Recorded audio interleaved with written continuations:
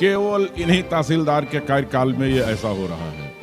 खाली भ्रष्टाचार, सिर्फ बिना मतलब नाजायज रिश्वत की मांग और काम न करना, अविवादित मामलों को भी नाजायज तरीके से लटकाए रखना, यही जो है इनकी रोजमर्रा है। सरकार का जो जीरो टॉलरेंस भ्रष्टाचार है उसका सबसे बड़ा नमूना यहाँ पर यह है कि बिना भ्रष्टाचार के कोई काम नहीं होता है। संपूर्ण जिम्मेदारी शासन प्रशासन की होगी, क्योंकि हमारा अधिवक्ता समाज और वादकारी ये सभी इस भ्रष्टाचार में डूबी तहसील के खिलाफ आंदोलित हैं। भ्रष्टाचार बंद करो, बंद करो, बंद करो।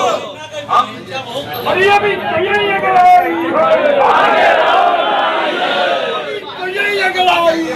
आगे जिंदाबाद जिंदाबाद शामिल हो और अपने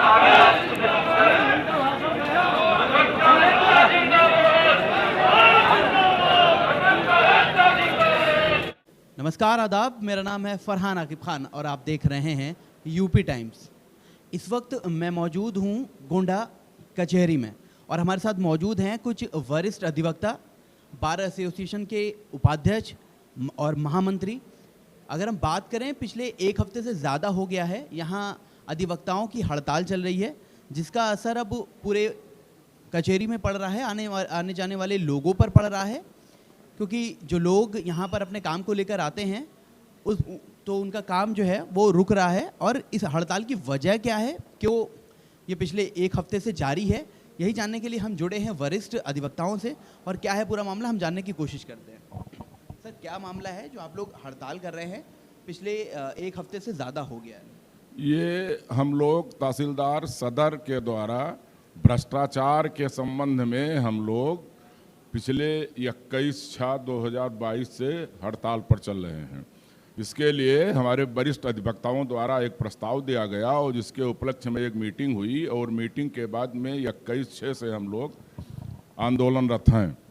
इसके संबंध में डीएम को भी ज्ञापन दिया जा चुका है और डीएम साहब ने आश्वासन भी दिया था, लेकिन आज तक कोई कार्यवाही नहीं हुई। मामला केवल इतना है, हम लोग खाली ये मांग कर रहे हैं कि तहसीलदार सदर को यहाँ से हटा दिया जाए।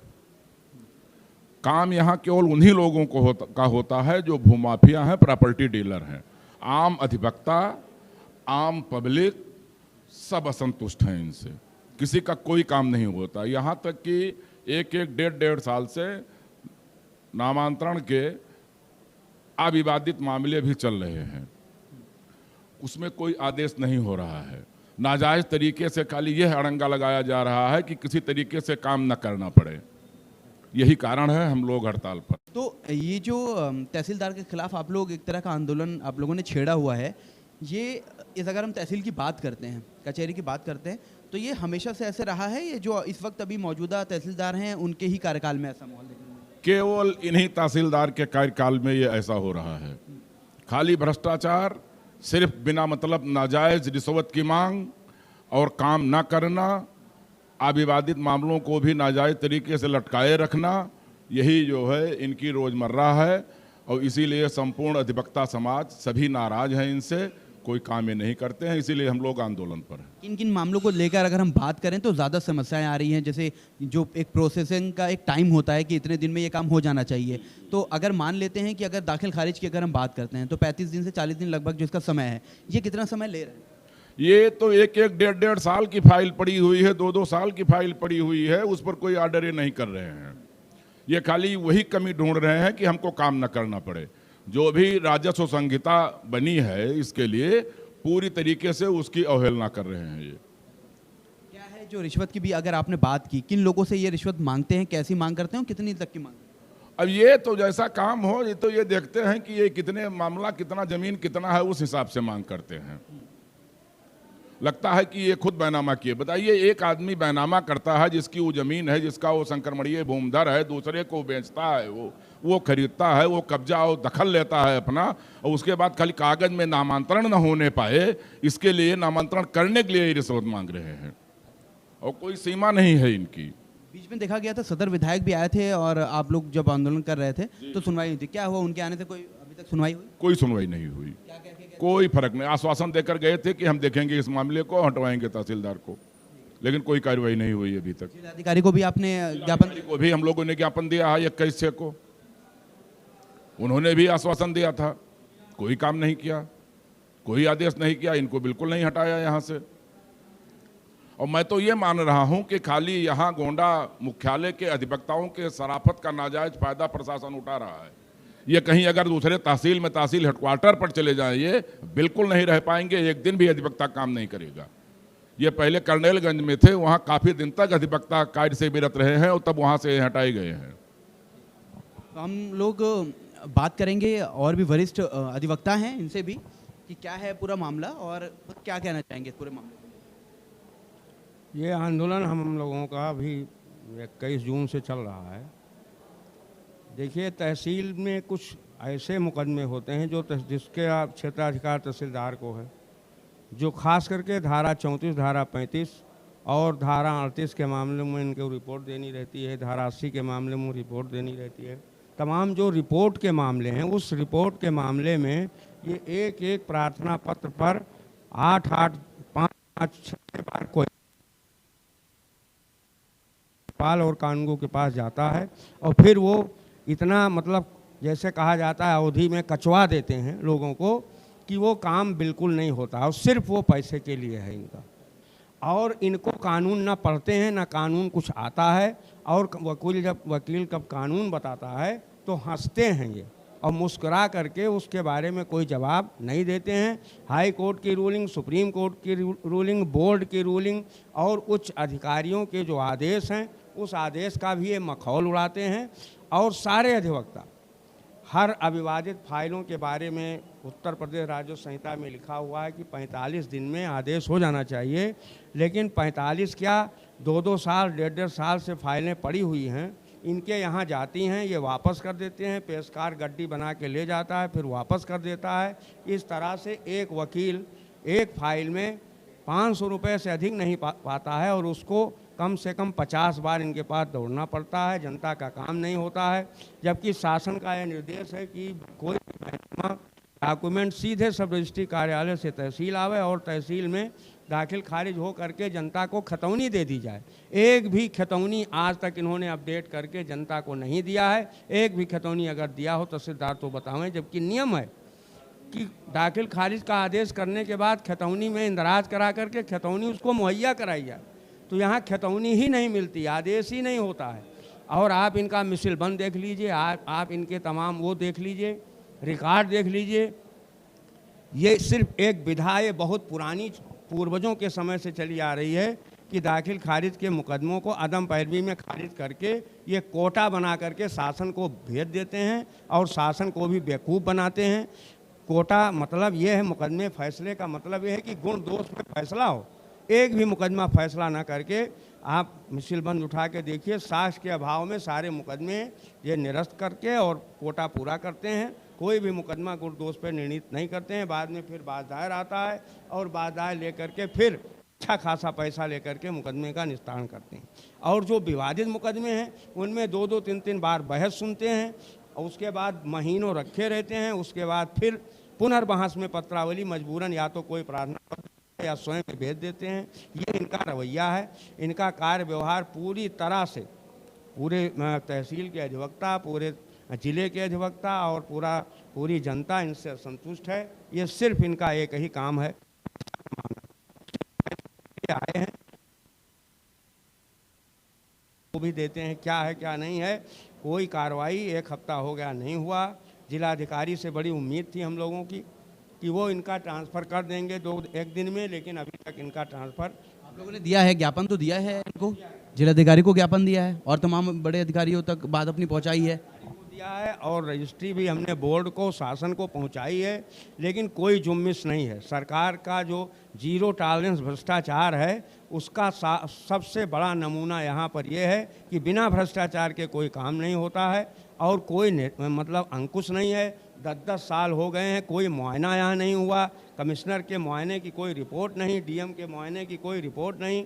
कोई फाइल यहाँ मुआयना लोग आते हैं करके रस्मी तरीके से चले जाते हैं, मुआयना की कोई रिपोर्ट नहीं है। क्या गलती है, क्या कमी है, जो कि मुआयना में होना चाहिए। तो बार एसोसिएशन के महामंत्री रुपेश यादव जी भी हैं, उनसे भी जानेंगे इस पूरे मामले को लेकर कि अभी जिस तरह की हड़ताल चल रही है, अगर सुनवाई नहीं होती है तो वो और आगे क्या कुछ करने वाले हैं। मंत्री जी बताइए, इस पूरे मामले को लेकर अगर सुनवाई नहीं होती है, आपने जिस तरह अभी तक अगर हम जिलाधिकारी की बात करते हैं या सदर विधायक की बात करते हैं, यहाँ तक बात पहुँचाई है, अगर सुनवाई नहीं होती आगे और क्या कुछ करने वाले हैं? अब हमारी आज मीटिंग हुई है संयुक्त सभा की, और उसमें हम अभी तो 2 दिन तक संपूर्ण अदालतों का बाइकाट कर रहे हैं। यहाँ तक कि रजिस्ट्री ऑफिस का भी हम लोग बहिष्कार कर दिए हैं, और हमने एक पत्र जिलाधिकारी महोदय को दिया है कि वो हमारे पदाधिकारियों से वार्ता करें और शांतिपूर्ण ढंग से इनका ट्रांसफ़र हो जाए। तो हम लोग भी चाहते हैं कि 1 हफ्ते से जो हमारा कार्यक्रम चल रहा है वो आगे ना बढ़े, और इसी क्रम में हम जिलाधिकारी महोदय को पत्र जारी किए हैं कि वो हमसे वार्ता करें, अपना समय दें, और अगर नहीं करते हैं तो उसके बाद जो भी तय होगा वो उसकी संपूर्ण जिम्मेदारी शासन प्रशासन की होगी। क्योंकि हमारा अधिवक्ता समाज और वादकारी ये सभी इस भ्रष्टाचार में डूबी तहसील के खिलाफ आंदोलित हैं। क्योंकि ये जब से इस क्रम में हमारे पूर्व अधिकारी जिलाधिकारी महोदय के निर्देश में कई दौर की वार्ता उप जिलाधिकारी महोदय से की जा चुकी है, मीटिंगें हुई हैं, और उस पर बाकायदा लिखित में एसडीएम साहब ने दिया था कि ये सुधार होगा तहसील में, और उस कड़ी में भी उन्होंने कोई सुधार नहीं किया। इस तहसीलदार के खिलाफ कोई लिखा पढ़ी उनके द्वारा नहीं की गई, तब जाके हमारा ये आंदोलन शुरू हुआ है। ऐसा नहीं कि हम लोग एक बैग आंदोलन शुरू कर दिए हैं। काफ़ी वार्ताओं के बाद सीआरओ से वार्ता हुई, डीएम साहब से वार्ता हुई, उप जिलाधिकारी महोदय से वार्ता हुई इस तहसीलदार को लेके, लेकिन ये आश्वासन मिलता रहा कि अपना कार्यशैली अपना कार्य व्यवहार बदलेंगे। लेकिन जब उन्होंने ऐसा नहीं किया तो 200 अधिवक्ताओं से अधिक लोगों का प्रस्ताव आया, तो हमारे अध्यक्ष जी ने मीटिंग बुलाई, जिसमें ये आंदोलन अनवरत 21 तारीख से चल रहा है। अभी अगर आंदोलन की बात करते हैं तो काम रुका हुआ है, आम जनता को भी इसमें समस्या उठानी पड़ रही है। आगे अगर और आंदोलन को आप लोग बढ़ाते हैं या एक अलग रूप देते हैं तो और ज़्यादा दिक्कत का सामना करना पड़ेगा, तो कैसे देखते हैं? देखिए, हम लोग अपनी लड़ाई नहीं लड़ते हैं। ये अधिवक्ता समाज जब कभी आम लोगों का दर्द होता है, चाहे वो मंडल कमिश्नरी रहा हो, चाहे ऐसे तमाम आंदोलन रहे हो, वो अपने लिए नहीं लड़ता है। जब जनता को परेशानी सामने आने लगती है, जनता की आवाज़ हम लोग बुलंद करते हैं। क्योंकि ये नेता और ये शासन प्रशासन जब नहीं सुनता है, वो तमाम उपेक्षित हो जाते हैं, तब ये अधिवक्ता अपने कंधे पर इनके आवाज़ को बुलंद करता है। इसलिए इनकी लड़ाई हम लोग लड़ रहे हैं। जो जनता है, जो पीड़ित लोग हैं, जो शोषित लोग हैं, उनके खिलाफ ये आंदोलन जारी है।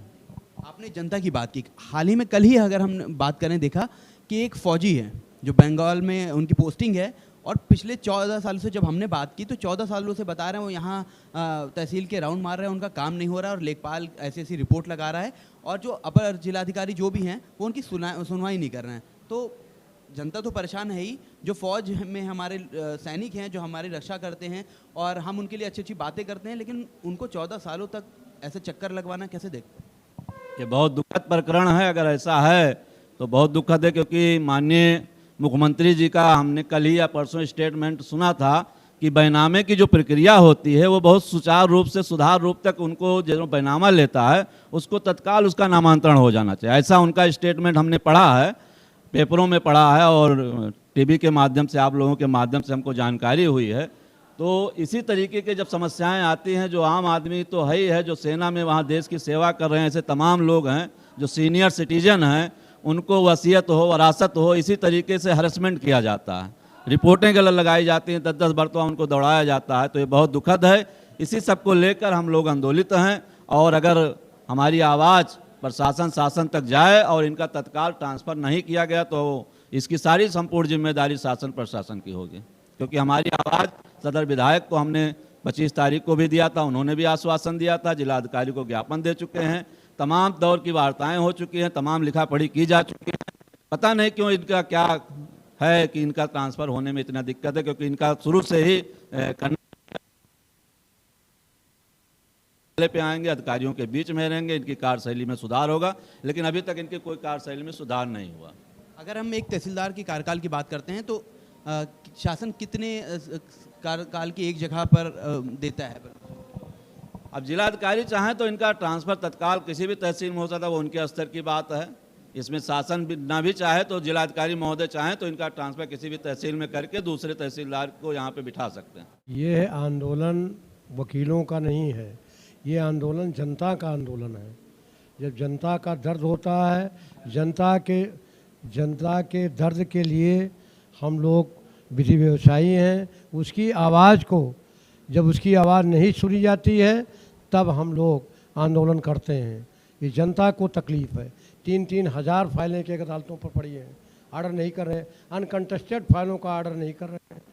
तो ये जनता की आवाज़, जनता का दर्द है, जनता की स्ट्राइक है, मेरी स्ट्राइक नहीं है। ऑन बिहाफ ऑफ जनता हम स्ट्राइक किए हैं, हमारी स्ट्राइक डायरेक्ट नहीं है, ये जनता का दर्द है। अगर सुनवाई नहीं होती तो आगे कितनी स्ट्राइक अब कितनी बढ़ने वाली तो आगे और देखा जाएगा। अभी तो अंगड़ाई है, आगे और लड़ाई है, जो भी कुर्बानी देनी पड़ेगी इसके लिए अधिवक्ता तैयार है। बहुत लड़ाई हम लोगों ने लड़ी है। अगर हमारी आवाज़ को नहीं सुनी जाती, इनका ट्रांसफ़र नहीं किया जाता, जब तक ट्रांसफ़र नहीं होता है तो हमारे बार के ऑफिस बेरर, हमारे आम अधिवक्ता सभी ने लड़े लिया है कि जब तक इनका ट्रांसफ़र नहीं होता है, ट्रांसफ़र कर देना चाहिए। इसमें कोई बड़ी चीज़ नहीं है, डीएम साहब तुरंत कर सकते हैं, कोई दिक्कत है ही नहीं। तो देखा आपने, ये जो पूरा मामला है ये तहसीलदार की कार्यशैली को लेकर है कि वो पैसे लेकर, घूस लेकर काम करते हैं, और जो अधिवक्ताओं की अगर हम बात करें, जो लीगल चीज़ें उसको नहीं करते। भूमाफिया जिस तरह से काम कर रहे हैं पूरे शहर, देश और प्रदेश में, उनको पैसा लेकर उनके काम को किया जाता है। और इसी वजह से 1 हफ्ते से ज़्यादा हो चुका है जो अधिवक्ता हैं गोंडा तहसील के, वो स्ट्राइक पर हैं कि उनको ट्रांसफ़र किया जाए। और इसको लेकर उन्होंने गोंडा सदर विधायक, जिलाधिकारी महोदय को भी ज्ञापन दिया है कि जल्दी सुनवाई की जाए, लेकिन अभी तक ऐसा रिस्पांस नहीं आया है। इसके बाद इनका कहना है अगर इस तरह की कार्रवाई अगर नहीं होती है, ट्रांसफ़र नहीं होता है, तो ये जो आंदोलन चल रहा है, जो स्ट्राइक चल रही है, ये और बड़ा रूप लेगी और ज़्यादा दिन तक होगा जब तक ये कार्रवाई नहीं होती है। तो आप ऐसी तमाम अपडेट्स के लिए, ऐसी खबरों के लिए देखते रहिए यूपी टाइम्स में। फरहान आकिब खान, मुझे दीजिए इजाज़त। धन्यवाद।